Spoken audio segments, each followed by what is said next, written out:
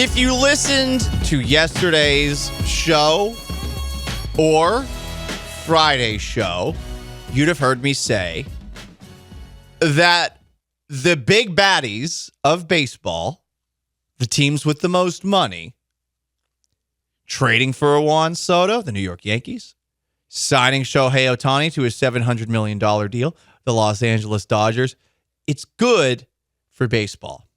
And I know some of you are probably shaking your fist at your car radio right now, saying to yourself, no, Paul, this makes it more difficult for other teams to compete with the bad guys.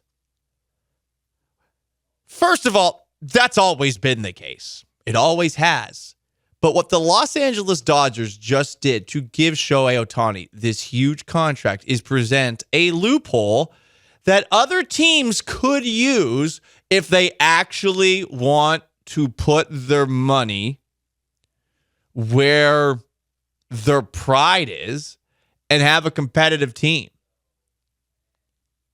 Because the Los Angeles Dodgers did something genius to get around the competitive balance tax for baseball. Shohei Ohtani signed that 10-year, $700 million deal. $680 million of that dollar has been deferred to payments from 2034 to 2043. Those payments will be interest-free. Which, honestly, if you're Shohei Ohtani's people, come on. And maybe you don't care because you're getting all that money from a endorsement side of things. I guess he's believed to make $45 million or so a year in endorsements. But what the Dodgers did was give themselves some wiggle room because they're already paying Freddie Freeman and Mookie Betts a ton of money as well. So his cost towards the competitive balance tax payroll is going to be about $46 million a year. The Dodgers have more money than most teams in baseball. The Mets are probably in the same conversation as them as far as having true FU money. And I like that ownership groups spend money. I think there are too many ownership groups across baseball who are remarkably untransparent about their financials. See the Seattle Mariners, who also are cheap at the same time. Again, the Seattle Mariners. It is good when baseball teams do this. It's a shame that not more do this. I think more are capable of doing this, and this provides a way to do it.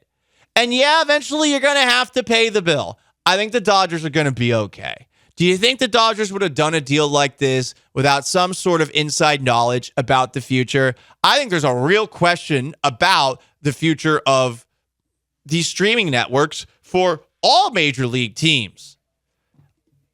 With what happened to the Diamond Sports Group and all those regional sport networks. I think half of the regional sports networks across baseball are in some state of flux. What do you think is the next logical step for baseball? It's to find a way to make individual streaming more available. And now that half of the teams in the league are dealing with this issue, isn't there a way for perhaps, I don't know, baseball to start marketing this and selling this direct to consumers in maybe Japan? I think now the way that you have to do it is you have to get a VPN and get MLB TV. If you're in Japan, if somebody's in Japan, you can tell me. Otherwise, please let me know. I am operating in the dark here, but they will get a ton of money, the Dodgers, if baseball ever figures out a better way to stream games that goes around cable companies. Is that ever going to happen? I'm not sure, but that does seem to be the next logical step. And if you go around those cable companies, guess what? You can get a ton of money from Japan, where Shohei Ohtani is the most popular athlete in their country. So this is going to work out for the Dodgers. I know a lot of people are going to say, oh, well, how many World Series are they going to win? Does that matter? They don't care. They've had 100-plus wins the last couple of years. They signed Shohei. Definitely makes them a more difficult opponent for anybody out there. Sure, maybe they do still continue to have the same problems that they've had in the postseason that are largely due to pitching. But They're doing what a lot of us do. We are a country of debt. I mean, we've had massive crises in this country because we're pretty cool with debt, right? Like, isn't that what 2008 was all about? People were taking out money that they didn't actually have and were never going to pay back. Guess what you could do here? If you're a baseball team, yeah, you're going to have to pay this eventually. Or maybe the next owner is going to have to pay this eventually. But it's a sport that's not quite NFL when it comes to appreciating assets, but all of these teams get more and more valuable every single year. If you can depreciate the, or excuse me, not depreciate this. If you can, I'm losing the word all of a sudden. Defer this money. If you can defer this money down the road, like it's a credit card with a 0 interest payment or something like that, like the balance transfers that you'll get tons of mail offers to do so that you can consolidate your debt and stuff like that. If your team is going to be worth more money just by existing 5 to 10 years from now, you're probably going to be able to pay for all of this. This is not me being an idiot and irresponsible with my money and buying a ton of things I can't afford on my credit card and then just pushing the debt further down the road. But for a baseball team, all baseball teams are capable of doing this. And I just don't buy into the idea that this is bad for baseball. I think some teams are viewing it as bad for baseball instead of viewing it as an opportunity. And one of the teams that should view it as an opportunity is the Houston Astros. They should look at this and say, you know what? If we're going to keep this window open a little bit longer, it'll be worth whatever money we have to pay years from now that completely makes us unable to be relevant. Because really, people only care if you're relevant. Would people in Houston care about the Houston Astros if they were a middle-of-the-road team after the 2011 through 2014 stretch that they went in? No, they wouldn't. They wouldn't. We didn't even talk about them for 4 years at the Texas flagship. We didn't talk about them once. Did we really miss out? No, we didn't. This is like a lot of other cities in the country who are about baseball if the team's not good. Boston used to be the biggest baseball market there was, right? Everyone in Boston loves the Red Sox. That's not the case anymore. I live there. No one cares about baseball anymore. And they have a pretty good payroll. They've won 4 World Series since 2003. That's pretty damn good. No one cares. No one cares. You have to be good. So stay as good as you possibly can for as long as you possibly can and defer all that money and figure it out later. I think more teams in baseball should do this. This is not bad for baseball. This actually presents an opportunity for other teams to do this. The problem is there are only a few teams who are willing to put this kind of money down. It's the Dodgers. It's the Mets. Maybe it's the Yankees all of a sudden.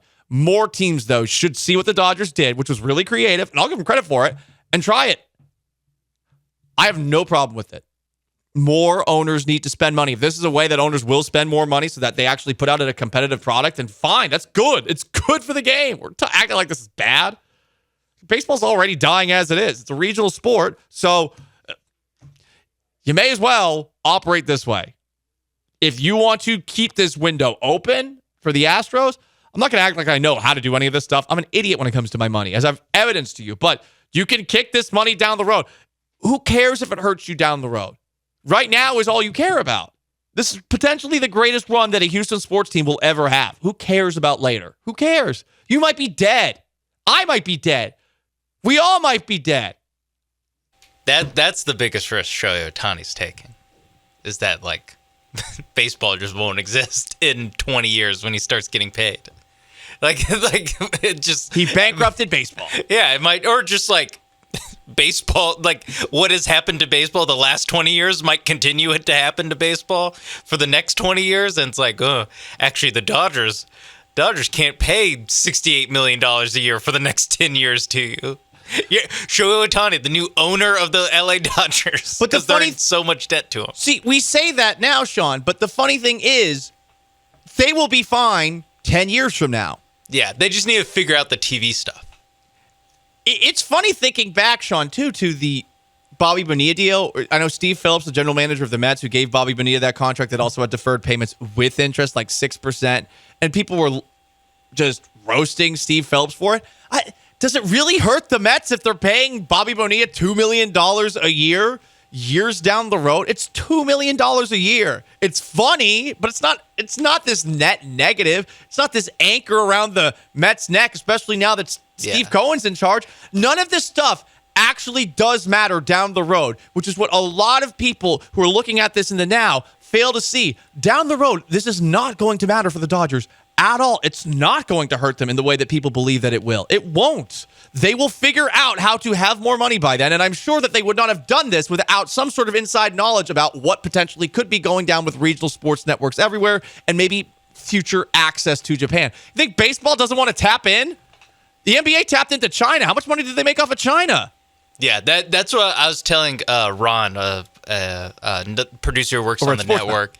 Yeah, and he's a Dodgers fan, and that's what I said. I was like, this is basically Yao Ming coming to the Rockets. That as far as what it means for Japan and having Shohei Ohtani on your team, especially now a team that's like gonna be awesome and is gonna be in the playoffs every year because they've been in the playoffs every year for the last 10 years. And the amount of extra money that you get just from the Japanese like market, not just from TV, but like, I mean, we watched Astros versus Angels games. All the like the backstop advertising was in Japanese. Yeah.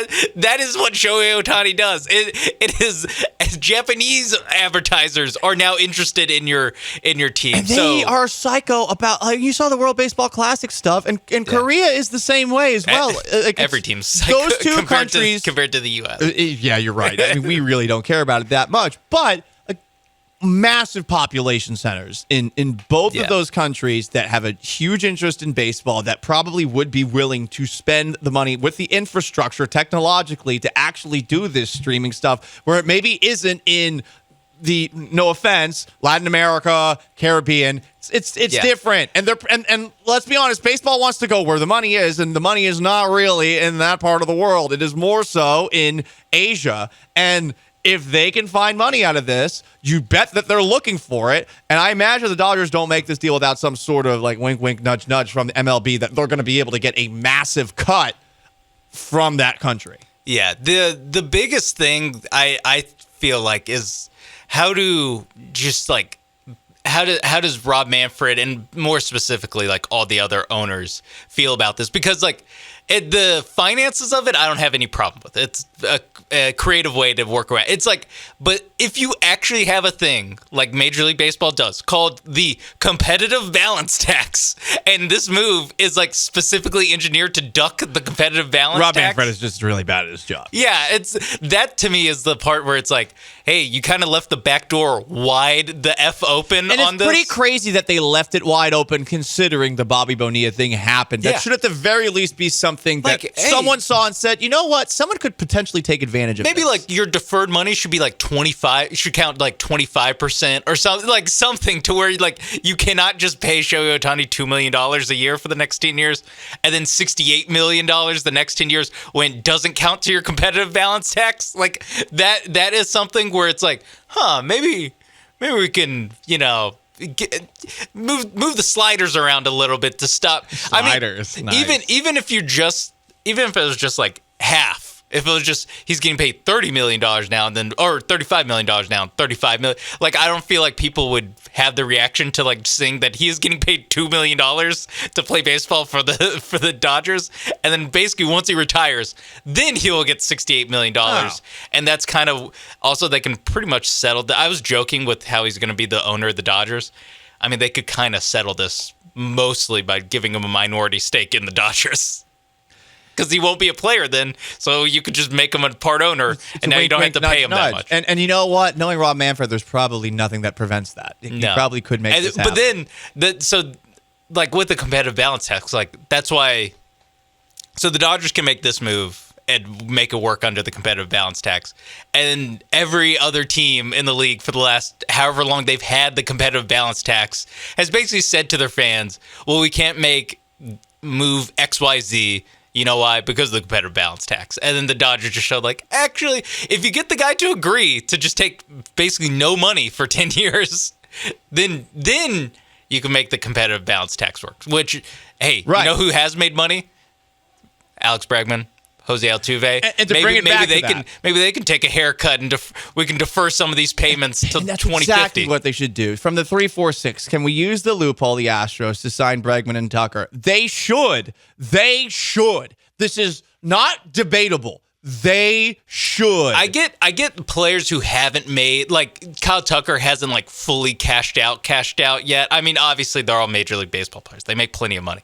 But like, I get why it's different for a guy who's, I mean, Shohei Ohtani's probably made $100 million playing baseball based off of making 50 for the Angels his first 7 years, and then whatever he gets off the field, like he's probably done that. And so there's not many baseball players that are as marketable as Shohei Ohtani. So like, you know, some of these guys, like Freddie Freeman can't do that because Freddie Freeman isn't in any commercials.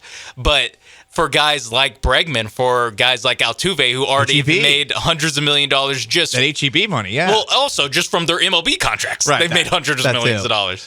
They like. That it might be harder for that Tucker they can do. It might be harder to do for Tucker. Yeah, Tucker's like, no, give me my money right now. Do this. I have a lot of Bugattis I want to buy. If you're the Astros, do this. Like, Yeah. I don't know how you do it, but do this. Who cares about the future? Your farm system is effed. You are effed. There is no future. There's like, no future. Whenever, I mean, honestly, whenever the Altuve, Bregman, Tucker, Alvarez core kind of peters out, which, by the way, just having one of those guys doesn't mean you have a core anymore. That means you just have one guy on probably a bad baseball team. Whenever this core peters out, it's over. Like, show's over. Just that's the state of the farm system. So extend the window as long as you can.